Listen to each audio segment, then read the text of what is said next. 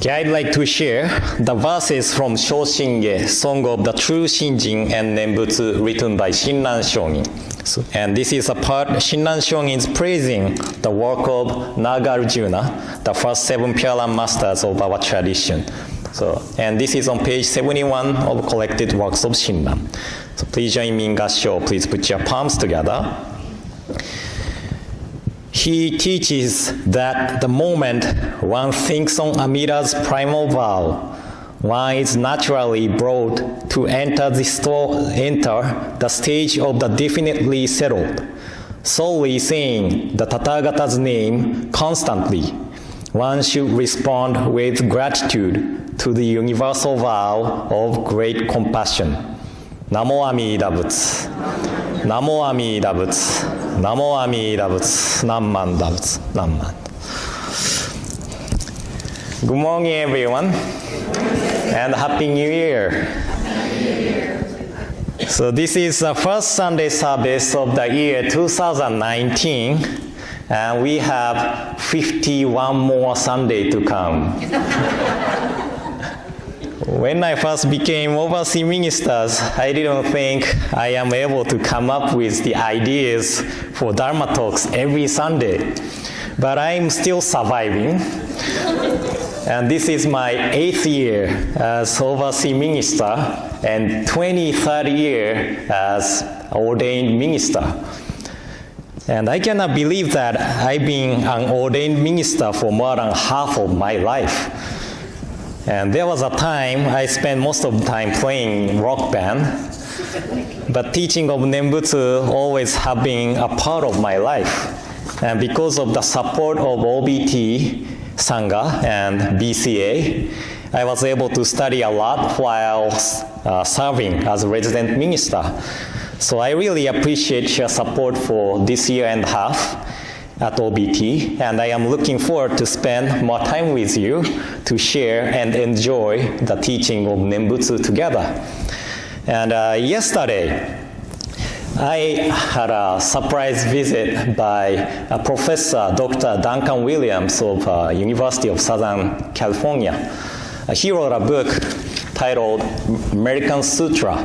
This is about the Buddhism during World War II.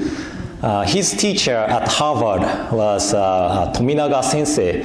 His father was actually the BCA minister, I believe. So when he was studying at Harvard for PhD, he found his teacher's father's diary. And that diary talked about many things, what happened in camps and, Buddhism in camps. So he actually translated for the family, and his research included many of our OBT ministers, like Reverend Tansai Terakawa. And this is a picture of Tansai Terakawa's family staying at the hostel home of Oregon Buddhist Church, it said. So if you are interested, please look at this picture too. But he is having an event at the Powell's Cedar Hill Crossing on February 15th from 7 p.m. He's talking about this book, new book, and he's going to sign the book. So if you are interested, please go to Powell's Cedar Hill Crossing, 7 p.m. On February 15th. But actually, that's a day we are traveling to Seattle for convention, most of us, Northwest Convention. And he's one of the workshop leaders at the convention too. So if you miss this Friday, February 15th, you can come to Seattle on February 16th and participate in convention too. And if you speak Japanese, I will be doing a Japanese workshop. So you can attend my workshop and you can go to Duncan Sensei's English workshops too. But anyway, I thought it's better to announce it here because it's gonna be on YouTube, so many people watch it through online and So Duncan Sensei, I did announcements. And about a week ago, I received an email from Dr. Jeff Wilson, you know him, right? Regarding his research on Obutsudan, Buddhist altar for individual homes. And one of the questions he had was, how do you teach Sangha to use Obutsudan? Or in your opinion, what is the proper use of obutsudan? That was one of his questions. Then I realized I never recommended Sangha members to have obutsudan at home. If you have it, it is great, but I think it's not something I force you to own it. So I didn't, recommend you to have obutsudan, but it is something good to have, actually. When we are driving or walking the street, we see a lot of road signs. Some teaches us the speed limit. Some teaches us there's a bumps. And some teaches us that area has a risk of falling rocks or something. And some teaches us where to stop. So without signs, we don't realize how fast we can drive, what to watch out.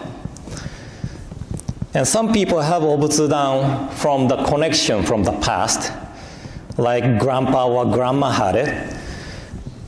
So some people inherited the obutsudan. But in my opinion, having obutsudan in our lives are the same thing as having road sign on the street. If we don't have it, we don't realize, we often forget the working of Buddha's wisdom. But by having obutsudan, we realize the working of Buddha and remind ourselves again to live with the wisdom of Buddha. And most of you probably remember that the word Namo from Namo Amida Butsu, Namo, has the meaning salutation. But Professor Koitsu Yokoyama, a specialist of Yogacara Buddhism, taught me one day the word Namo also has a meaning direct our mind to. And the sutra talks about the Skavati, the Buddha field of Amida locates on west. This is to teach us where to direct our mind to. So if we don't have location or place to put our hands together, we often forget the working of Buddha. So having obutsudan serves us as having the place to direct our mind to Buddha. So today, I'd like to share my experience of how the Sugahara family used obutsudan when I was growing up. And as most of you know, I was born in the temple family. So we have home temple in Shimane Prefecture in Japan. But when I was growing up, my father worked for Hongwanji, our head temple. The temple I lived nearby was Tsukiji Hongwanji in Tokyo, Nishi Hongwanji in Kyoto, and Kanazawa Betsuin in Ishikawa Prefecture. That's middle central Japan. And we had obutsudan at home, and it was our daily routine to offer freshly steamed rice to Buddha every morning. And we offer freshly steamed rice to Buddha first. This is not only to show our appreciation to Buddha, but also I learned to do something for the others before doing something for the self. And we chanted Juseige or Sambutsuge before eating. After the chanting, we recited Ryogemon, which is a writing by Rengyo Shongin. It's on this service book. You can look for the pages. Then we put the rice down from obutsudan and ate it. Now most of the temple uses plastic wraps before put rice on rice offering cup. But at our home, we have put it directly to the cup that the rice often tasted like metal and smelled like incense. But I learned patience by chanting before eating, and eating the rice tastes like metal and smell like incense. When we received report card from school, we put it in front of obutsudan. I heard some people do it to ask Buddha to make them smarter. But by putting report card in front of Obutsudan, don't make you smart. If you want to get smarter, please study hard. And when we receive monetary gift, orei or ofuse, we put it in front of Obutsudan first. So, everything started from Obutsudan. Our lives started from Obutsudan first. So always Buddha came first before we do something.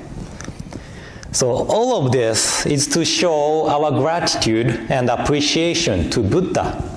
But by doing this, I was nurtured to be the person who is always reminded of the importance of feeling of okage-sama de. And I'm not sure if this translation captures the whole meaning of okage-sama de, but I often translate okage-sama de as we are able to be here because of the countless efforts and sacrifices of the others. And okage-sama's o is honorific. Kage is shadow. And sama is also honorific, to respect someone. Then the shadow means that someone behind the scene. For example, if you go to the concert, the band is the one who we see perform. But behind the performance, there are PA guy, lighting, stage setup crew, many people are involved to create one show. And our lives are the same thing. Because many people and many lives are working behind the scene, we are able to be here. That's the feeling of okage-sama de. But when we think about our daily lives, aren't we often forgetting this feeling of okage-sama de and live with selfish or self-centered ideas, focusing on me, me, me? So having Obutsudan at home means we have more opportunities to remind us of the importance of this feeling of okage-sama de. So just like looking at road signs on the street to remind ourselves of the condition of the road, occasionally we put our hands together in front of Obutsudan, or we look at Obutsudan and remind us of the feeling of okage-sama de. So today, if you started to feel like owning Obutsudan by listening to today's my talk, please come see me after the service. We have few Obutsudan from the family who donated, and usually, do we sell it?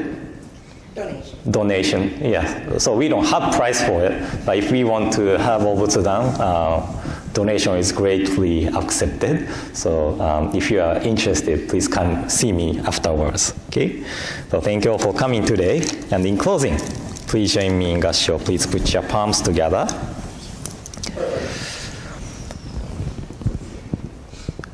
He teaches that the moment one thinks on Amida's primal vow, one is naturally brought to enter the stage of the definitely settled, solely saying the Tathagata's name constantly.